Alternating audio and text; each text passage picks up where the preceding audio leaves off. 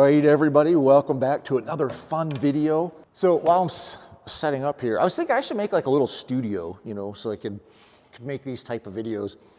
The FAA has processed the paperwork for the Super Duty. So that little 8050-3 that I've been waiting for is on its way to me. As soon as I get that, I can get this airplane inspected. And then the next video after this one on this channel should be first flight video. So that's kind of exciting. So what this video is going to be about is speccing out my next airplane build, talking about things like the engine and the panel and paint and all that kind of stuff. It's just a fun type video where I'm more thinking out loud, but kind of getting the vision together of what I want to do with this next airplane. Before we get started though, I want to do something different on here. And let me know if you guys like this or not, okay? Because there's another channel that I watch, it's more of a financial channel, but what I like what he does on his channel is he'll go back to his previous video, and on the current video, he'll go back to the comment section, kind of answer some of the comments that are on there. And I like when he does that. I think it's a nice thing to add. So I'm gonna try that here. If you guys think it's just a waste of time and you want me to just get to the point, then let me know. You know, if you like this, let me know. If you don't like it, let me know, because if you do, I'll keep doing it on the other videos. So what I'm going to do is go back to the previous video, which is where I've determined that my next airplane would be a from Murphy Aircraft. And I'll go through some of the comments and kind of give you guys some answers. So looking back here, I'm just going to start at the beginning here. So the first one we'll go over is from November 206JA. He says, I don't know, Mark, you pointed out so many negatives on the Murphy, it almost sounds like you're trying to talk yourself out of it. And that wasn't my intention. But any airplane that I ever look at and consider building, I basically make a pro and con list. And every single airplane out there is going to have items on the con list. There's no such thing as a perfect airplane. My biggest con with this airplane, and if you guys have been watching my video when I selected this, is the speed and the range. It's a slow airplane. And because it's slow, you know, you don't have the range to go really far, really deep into the backcountry. But my main priority, the main thing on the pro side of that list, was the short takeoff and landings. And that was my main priority, so I gave up a little bit on the top end to get that good performance on the low end. So no airplane is perfect, and it's the same thing with the Murphy. There's some things that I wish were a little bit different, but they're not. But the pros on that airplane far outweigh any of the negatives. Well, I want to thank Wicks Aircraft for sponsoring this video. And you know, they kind of want to sponsor you also. They're doing that by offering you a 10% discount on anything you can put in your shopping cart at wicksaircraft.com. Just enter my discount code, which is HOMEBUILT10, and you will receive that discount. If you've got an airplane with the UL power engine, they've got all the parts you need to support that engine. If you're building your own airplane or scratch building, they've got aluminum sheets, they've got steel tubes, pretty much anything you need to get your airplane done and flying. And they also have a YouTube channel they've started, which they're trying to grow. The link to that is in the description box below. They're putting out some shorter, informative type videos, which I think are helpful, and I think you guys would like watching those. So go check out their YouTube channel also, like and subscribe over there, and I appreciate that. Thanks again, Wicks Aircraft, for sponsoring this video. T. Jansen 8481 says, oh, Mark, just buy a Cessna 152 on floats and enjoy it. I don't even know if a 152 would get off the ground with floats on it. John Roton T3Q. I don't know how you guys come up with these names. It says, sounds radical, haha. It's talking about the Murphy Radical. Are you going to buy the straight floats or the amphibious? Definitely the amphibious floats. If you guys don't know, the amphibious floats are floats that have wheels that come down, so you can land on runways or you can land on the water. But I would definitely do the amphibious floats because I still want to keep the airplane at home in my hangar, and so I need to be able to land on runways. Jatin Wing 7860 says looking for a new building season. Says he personally gets lots of motivation from the videos. Well, that's good. I appreciate that. That's why I do them. What engine do you reckon you'll use in the Radical? I'll talk about that in this video. That's from Hi TAF. And then there's quite a few comments, or not quite a few, I think there's 3 that said, hi, Mark. And I kind of laughed at each one of those because that's exactly what I asked you guys to do. Just leave a comment because it helps with the YouTube algorithm, even if you just say, hi, Mark. And there's a couple people just said, hi, Mark. So I thought that was kind of funny. So Redneck Welding says, Murphys are awesome aircraft, but their build manuals need major updating and their customer support is almost non-existent. Currently, that is true, and I'm aware of that. And I've had some really positive interactions in the last week with Murphy aircraft, and I'm going to talk about that in this video. So they are really trying to correct that. Let's see, SGG-F6L says, dang, you really like building, don't you? A great new project, I'll definitely watch the build. I do like building. I'm addicted to it. I said my Super Duty is going to be my last one. Now I'm saying my Murphy's going to be the last one because once I retire, I don't want to be in my hangar building airplanes. I want to be out flying them. So this Murphy is probably going to be my last airplane build. Badlands Adventures says, I'd vote for the Bearhawk. Night and day difference in companies and builder support. And yep, that is true. And I think there were a couple comments where people were kind of a little bit disappointed because they were hoping I was going to go with the Bearhawk. There was I just joined an AAA chapter here in Michigan, and there's a Bearhawk in the hangar. And when I went up to the chapter building to look at it, is when I went to get the scales for the Super Duty. I just wasn't impressed with it. And it's not saying anything about like the build quality or anything like that of that particular airplane, but just the airplane itself, it has a really, really tight cockpit. Now, I didn't sit in the airplane, but just looking in there, it seems like if you put two people up front, they're gonna be sitting like this, shoulder to shoulder. So that wasn't real impressive. Other than that, I don't know, I didn't get that like excitement factor that I want to get when I look at an airplane. And the other thing too is I really think that I just enjoy working with aluminum more than I do tube and fabric. Tube and fabrics are great, but I just like the aluminum airplanes, and I like the things about the Murphy that I mentioned in the previous video. Tommy B says, not suggesting it's better, but is there something that kept you from considering the S21, the RANS S21 outbound? I sat in the S21 a couple years ago at Oshkosh, and I just didn't fit in the airplane. The seat is slidable forward and back, and if I position the seat so that my legs are comfortable, the stick and the panel, it seemed like I was reaching forward like this, like they were too far forward. But if I slid the seat forward to where the stick and the panel seemed like they were in a natural position, it seemed like my knees were crammed up into my chest, like the rudder pedals were way too short. And there wasn't really a happy medium that I could find. So whatever the geometry is, it just didn't fit my particular body type. Cam Loomis 8490 says, love the Murphy. Have you thought about the 195 horse Viking power? Nope. No, I wouldn't consider a Viking. I'm an airplane engine guy, and I want the airplane engine in there. I want the good old trusty oil leaking Lycoming. Spy Georgillis, I think is what that is. Says, hey Mark, I've geeked out a lot, don't ask why, watching builds of RVs. I know exactly what you mean, I geek out on that stuff too.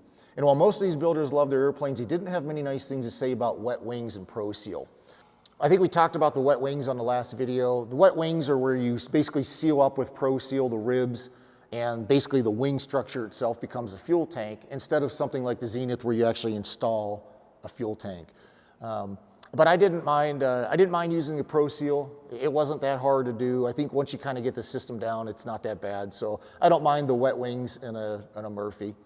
All right, some of these other ones, I won't spend too much time on that. So let's just move on to the main point of this video, and that is talking about how I want to spec out this airplane. Now, in the last video, I said I want to build a Murphy Radical. That's their newest, biggest airplane. Not biggest, but the Moose is the biggest, but bigger than the Elite or the Rebel.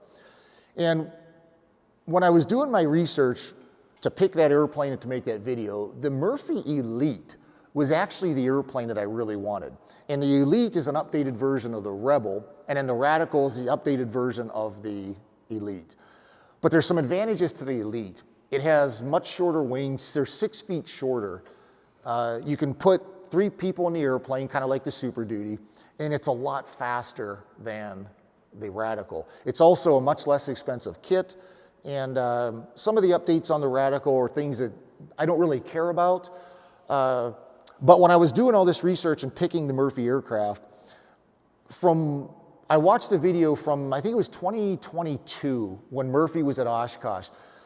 And the representative there was doing the interview, or giving the interview, it said that Murphy's going to focus on the nose gear Rebel, the Radical, and the Moose. So it sounded to me like the Elite and the regular Rebel, they were going to kind of sunset that airplane and, you know, let it phase out. And at the time, the company website was down, whether for updates or maintenance or server issues or whatever. So I couldn't really look on the company website to get any information. So I just gathered a bunch of information from forums and other areas. But since the Elite wasn't available, I was like, all right, I'll go with the Radical, even though it's a lot slower than I want and it's more expensive and it has some updates that I don't really care about. But that's all that's available. But when their website came back, I saw that they still have all of their airplanes listed on the website. So I sent them off an email and I asked them if the Elite is still available, if they're still making kits, and if they're still going to support that airplane. And I was very happy that about an hour later, I got a nice reply from Murphy, and they said, actually, their Elite is one of their more popular airplanes. So a while ago, they've decided to keep that airplane and, you know, keep selling kits and supporting that airplane. So I was pretty happy. It's like, well, that's awesome. If the Elite is available, then I would definitely go with the Elite over the Radical. So the Elite is the airplane that I'm going to build, not the Radical. The Radical is kind of like the Super Duty version of the Elite. And I don't need something that big and heavy and slow. I'd rather have the Elite. There was another guy, I left a comment on one of his videos. He has an Elite with floats and a 180 horse engine. He said he can cruise at 120 miles an hour with the floats, whereas the Radical without floats cruises at about 100. So the Elite is significantly faster. So let's kind of start speccing out my Elite build, starting kind of from the front going back. And the first thing would be, what engine am I going to use? Because that airplane's designed to use anything from the 0235 to the 320 to the 360. And a lot of people have these with the 150 or 160 horse 0320, and the performance is awesome with that engine. But there's a few out there with the 180 horse 0360, and those people say the performance is phenomenal with that engine. They said you really will notice a difference in that extra 20 or 30 horsepower. And the 0360 is exactly what I have in the Super Duty. So my plan is to put the 0360 or maybe an IO 360 in the Elite. Now, as far as the propeller, a constant speed prop would be really nice. It's like having a transmission in your car. You can maximize the propeller for takeoff, and once you get to cruise, you can maximize it for cruise flight. So if I can find, or I mean, not if I can find, but if there's a lightweight constant speed propeller that would work on that combination, I think I would definitely spend the extra money and do a constant speed prop. There is one out there, at least one that I've seen, that has a constant speed prop, and he's got videos of him flying that airplane with 3 people in the back with floats, and that thing gets off the water like it's empty. So I don't think weight is really an issue with that airplane. Now the panel. As you guys know, with my Super Duty, I went nuts on the panel. I put every single thing in there that I've always wanted in an airplane. I've got 2 screens, an IFR GPS, an autopilot, all the lights in the world. It's a really nice decked out panel, but I don't want that for my float plane. For the float plane, I'm going for lightweight and simple, and that includes the panel. So my plan for the panel is I want to go with Dynon again, because to me, in my opinion, are the best out there. The easiest to wire, the best documentation, the easiest to use. I'm just a big fan of Dynon. That would be my 4th airplane that I've installed a Dynon panel in. But what my plan is, I'm going to do one 10-inch screen. I'll have the comm radio and intercom, and then the transponder and all that stuff, obviously. And that's it. The right side of the panel, I'll have an iPad mount, and I'll put 4-flight, or 4-flight's kind of dying, but whatever replaces 4-flight, I'll have that on an iPad on the right side of the panel. It's going to be lightweight, simple, and just very basic.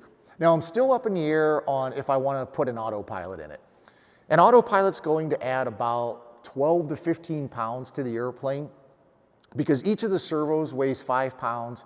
And then you have 2 little control boxes and the wiring and stuff like that. So let's say that's 2 to 5 pounds. So 12 to 15 pounds for an autopilot, plus the additional expense of buying those components. I'm not sure if I want an autopilot in there or not, and I figured the way I'll determine that is when I start flying this airplane, if I find myself using the autopilot when I'm just in cruise flight, then I'll probably put one in the Murphy Elite. If I don't use it that much or think I really need it and it's not worth the extra money and the extra weight, then I just won't put it in there.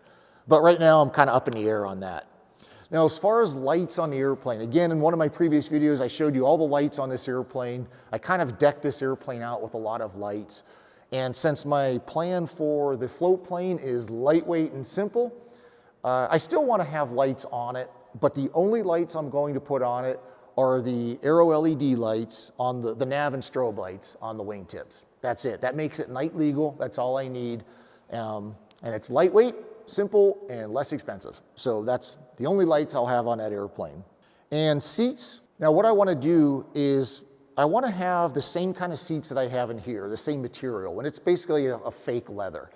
I don't want cloth seats because I figure with a float plane, you might be in the middle of the lake somewhere and jump in the water and then get out of the water and climb up on the floats and then climb in the airplane and go with a wet swimsuit on. So I don't really want cloth seats. I don't want to ruin like real leather seats, so I don't want real expensive leather. But this fake leather, this is almost just like a plastic. It's easy to clean. Getting it wet won't really matter. So that's my plan for the seats, is the fake leather seats. Now the biggest thing is the paint scheme. What am I going to do with the paint scheme? So the paint scheme with the Elite, I've made it really simple. There is no paint. There's not going to be a single, well, none of the aluminum on that airplane is going to be painted. Now it does have a fiberglass cowl and fiberglass wingtips, and there's a fairing on the tail that's fiberglass. Those parts will be painted. But the whole airplane itself will just be a bare aluminum like this one I've got showing on the screen right now. I've really started to like this look of just bare aluminum. It would make maintenance so much easier.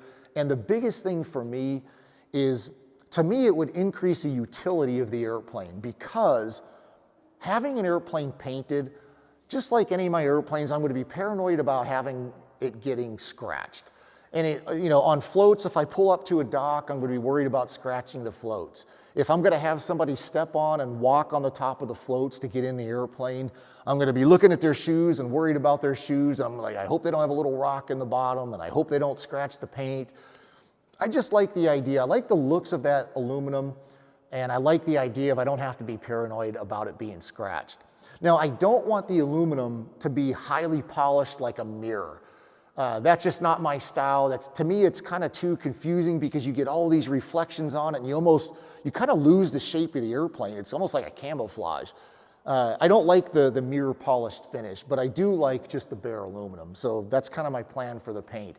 The other great thing about not painting it is it's probably going to take a year or a year and a half off of the build, because it takes so much time to prep every surface, the elevators, the rudder, the vertical stab, the horizontal stab, the fuselage, the wings, the flaps, the ailerons, all those parts you have to build jigs for, and then move into the paint booth. You have to prime them, you have to paint them, wait for them to dry, move them out, put the next one in.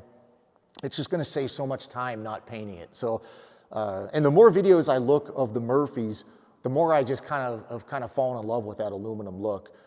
So, and plus it's a lot lighter. You can save 40 or 50 pounds on the airplane by not loading it up with paint. Now the last thing here is the landing gear. So my plan is to build it with the bush gear and then fly the airplane, and then buy the floats, build the floats, and then put the airplane on the floats. Like I think I already mentioned, it'll be amphibious floats that have little wheels, because I still want to be able to land at my airport here and taxi it into my hangar. So the bush gears is what the airplane will be built with. But unlike my cruiser, what I'm going to do with this one is, when I build the fuselage, I'm going to build the fuselage with the hydraulic pumps and the hydraulic lines and everything I need to later on install those floats. So that is my look at the Murphy Elite. I'm kind of building this vision in my head before I even get a kit, and it's just what I like to do. Like, instead of most people just build an airplane, I like to build a very specific airplane. Like when I was building my Super Duty, I wasn't just building a Super Duty. I was building a very specific green painted, military schemed Super Duty. Now, I didn't know at the time that I would call it the Acme Bomber, but I kind of had the vision for the airplane already in my head. And that's kind of where I'm getting with the Murphy Elite. I'm kind of getting everything built in my head. Everything we talked about here, like the engine and the prop and the panel, and what seats do I want in there? Do I want to paint it? Do I want to leave it bare aluminum? What kind of lights do I want on the airplane? I kind of pre-build the airplane in my head, and then I have this vision, and then I just buy the parts and build the vision that's in my head. So hopefully you guys enjoyed kind of walking through that little bit with me on here. Yeah, this is really fun for me to do, to talk about these airplanes and think about you know, all the different ways you can build it and equip it. So that's it. We'll see you in the next video, which hopefully will be the first flight of the Zenith Super Duty.